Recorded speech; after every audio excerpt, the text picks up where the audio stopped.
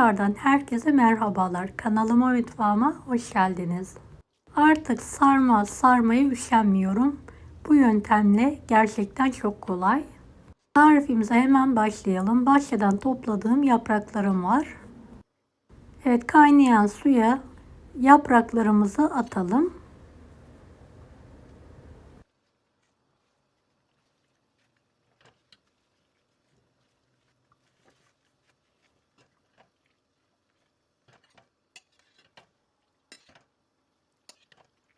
Yumuşayana kadar haşlamayı bırakalım.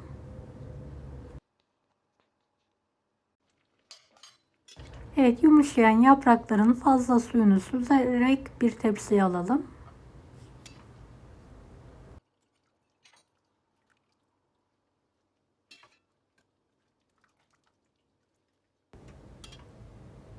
Yaprakları soğutmaya bırakalım. 200 gram kıyma, 2 adet kuru soğan, yarım demet maydanoz, 1,5 su bardağı yıkanmış pirinç, tuz, karabiber, pul biber ve nane kullandım. Biraz zeytinyağı gezdirelim. 1 yemek kaşığı biber salçası, 5 yemek kaşığı domates suyu, yarım kase de su ilavesi yapalım. Tüm malzemeyi karıştıralım.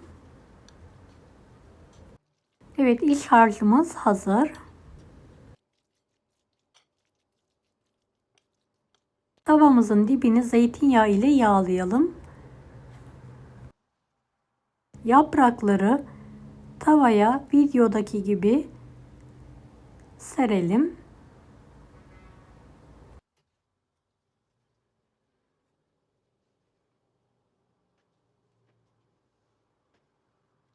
Beni hangi ülkeden veya şehirden izliyorsunuz merak ediyorum. Yorum kısmına bildirirseniz sevinirim.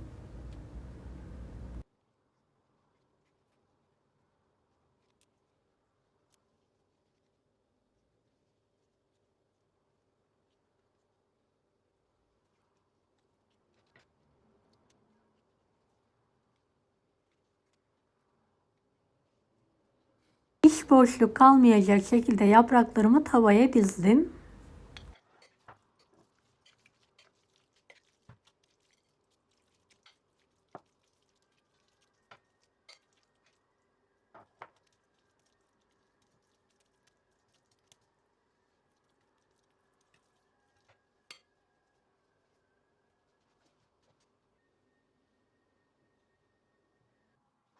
Evet, yaprakları boşluk kalmayacak şekilde dizelim.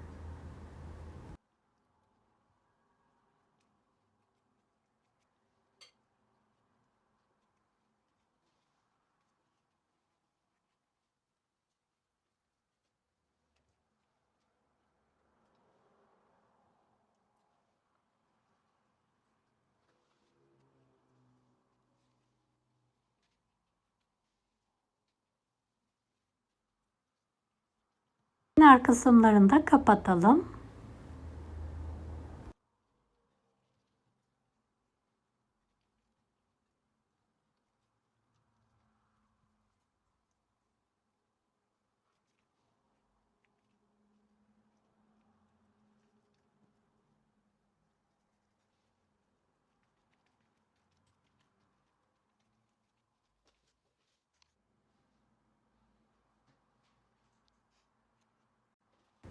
Bir tatlı kaşığı tuz serpelim.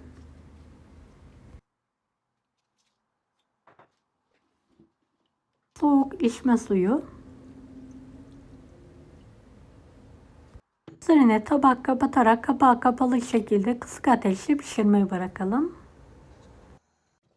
Pişen sarmamızı bir kapak yardımıyla ters çevirelim.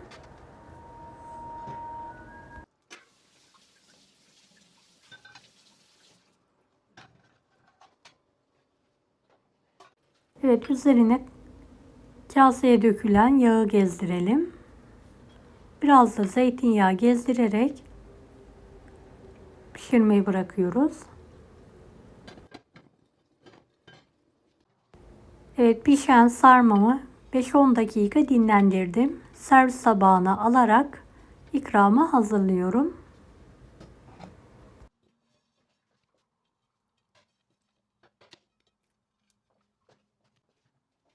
Domates dilimleriyle ikram edebilirsiniz.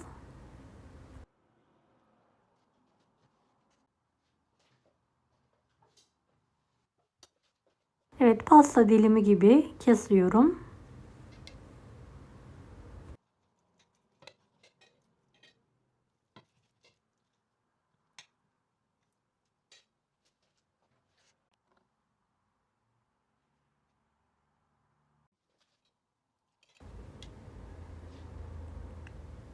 Evet, servis tabağına alıyorum ve tadına bakıyorum.